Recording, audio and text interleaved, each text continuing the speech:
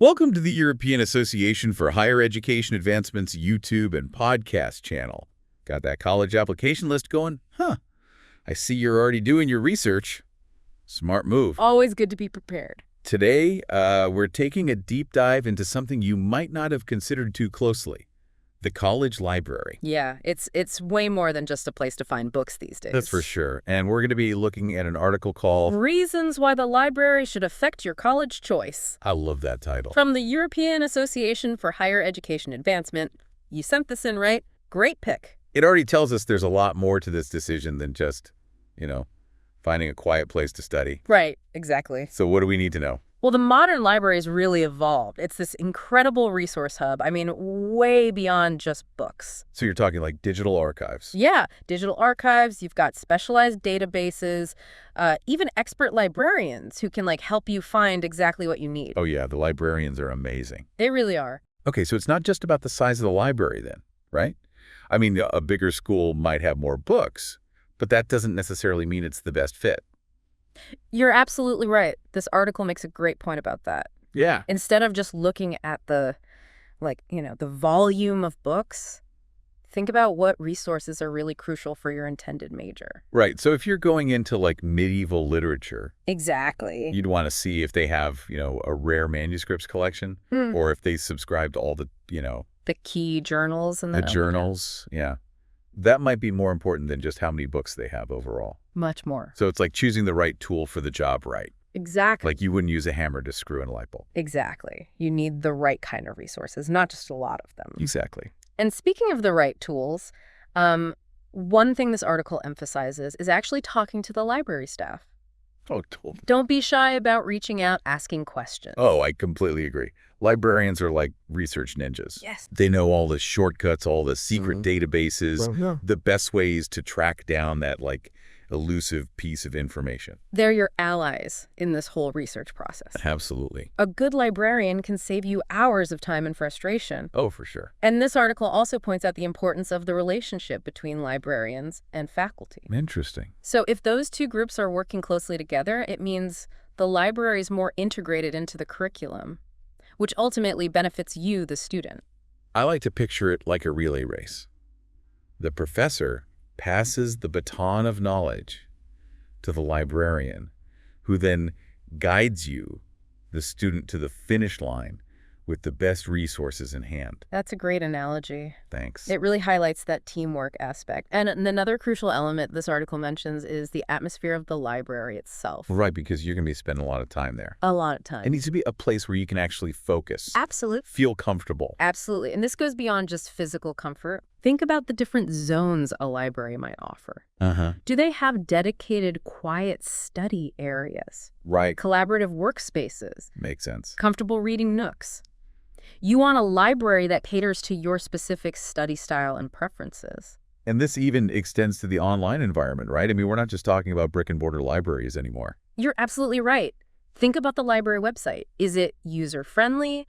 Can you easily access resources remotely, especially after hours? Yeah, because you might be, pulling all-nighters. Exactly. Or working on projects from your dorm room. Exactly. You need a library that's accessible 24/7. So we're talking about convenience and expanded access. It's like having a 24/7 research assistant at your fingertips. But what does that actually look like in practice? Well, think about digital archives, for example. Okay. These are collections of historical documents, photographs, even audio recordings that have been digitized and made available online. This can be a goldmine for research, especially if you're in a field like history, literature, or political science. Oh, yeah. You can access primary sources from anywhere in the world, right from your laptop. That's incredible. Yeah. So it's not just about finding books anymore. It's about accessing a whole universe of information.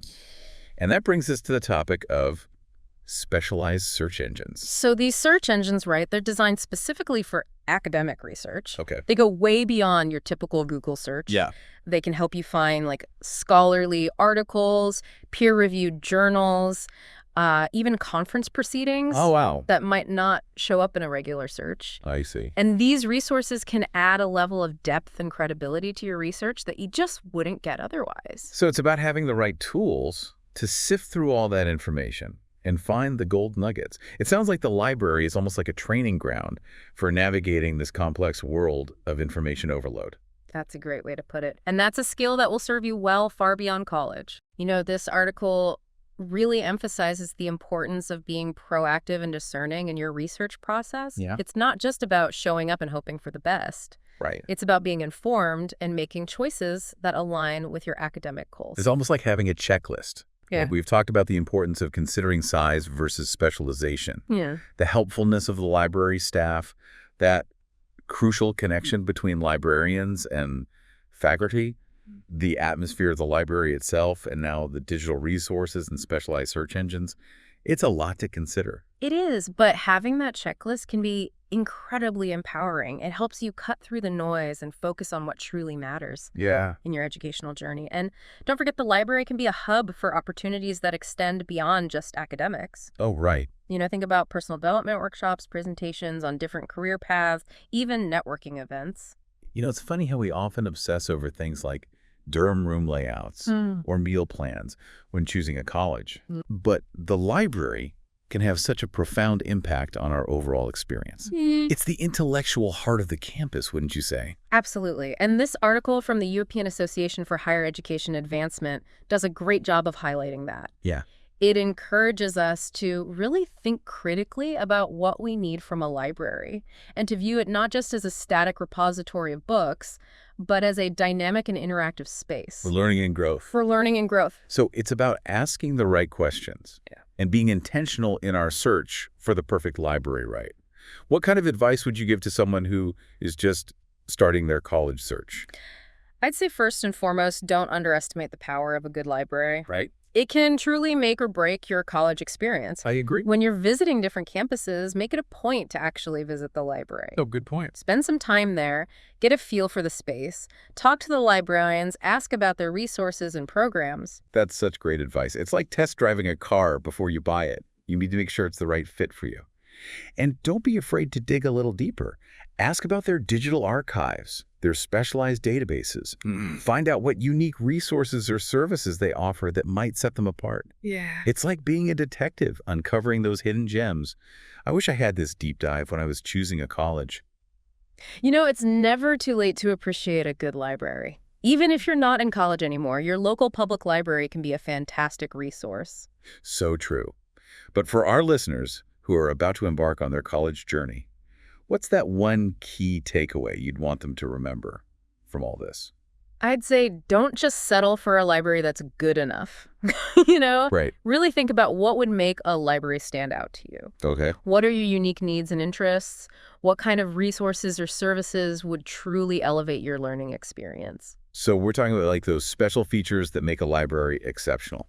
Maybe it's a rare book collection focused on your exact area of interest, or a digital media lab with state-of-the-art equipment. Yeah. Or maybe it's a robust program for undergraduate research support, or a partnership with local archives that gives you access to primary source materials. Cool. It could even be something as simple as having a comfortable and inspiring space to study. The possibilities are endless. This has been such an eye-opening conversation. I'm starting to see the college library in a whole new light. It's a journey of discovery, and that's what makes it so exciting. Well, we've reached the end of our deep dive, and I hope you found it as insightful as I have. We covered a lot of ground. From the evolving role of the library to the importance of digital resources and that crucial human connection with the library staff. Remember, the library is so much more than just books and shelves. Right. It's a dynamic hub for learning, growth, and exploration. Exactly. To all our listeners out there, take these insights with you as you evaluate colleges. Don't underestimate the impact the library can have on your academic success and your overall college experience. Please don't forget to follow the European Association for Higher Education Advancement on YouTube and social media